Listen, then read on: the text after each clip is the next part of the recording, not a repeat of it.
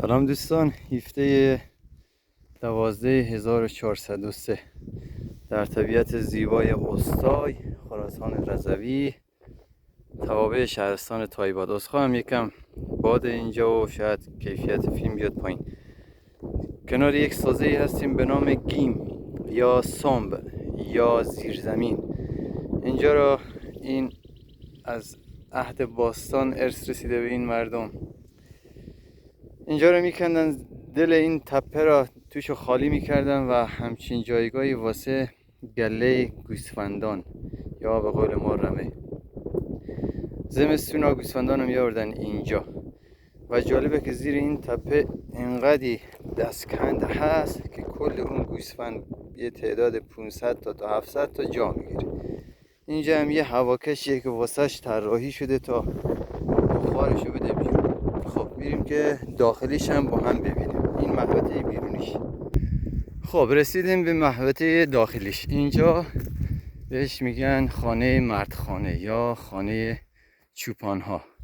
گوسفندا که تو این محوطه هستن یا داخل، چوپانان عزیز اینجا میخوابن.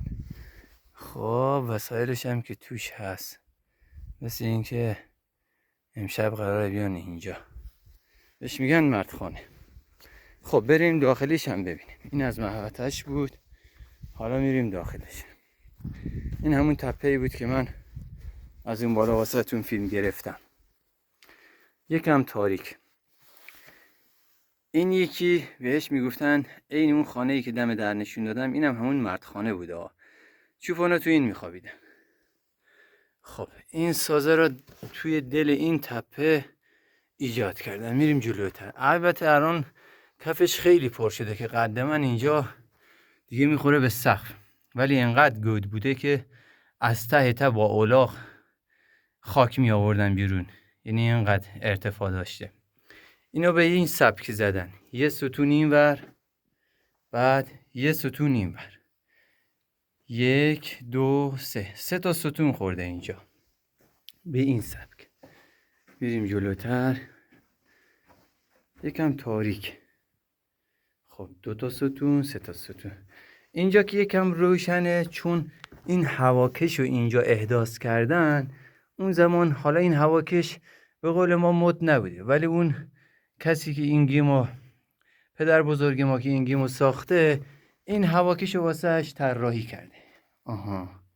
اینجوری. و این باعث شده که کل باد و بخار این سم یا گیم از اینجا بره بیرون و این نم نده بریزه پایین. تو این روستای استای ما شاید از این گیم 5-6 تا باشه و متاسفانه همشون خراب شدن چون این ایده رو توشون به کار نبردن، ولی اینجا از این ایده استفاده کردن. شما رو مهمون میکنم به زیبایی های استای. بدرود.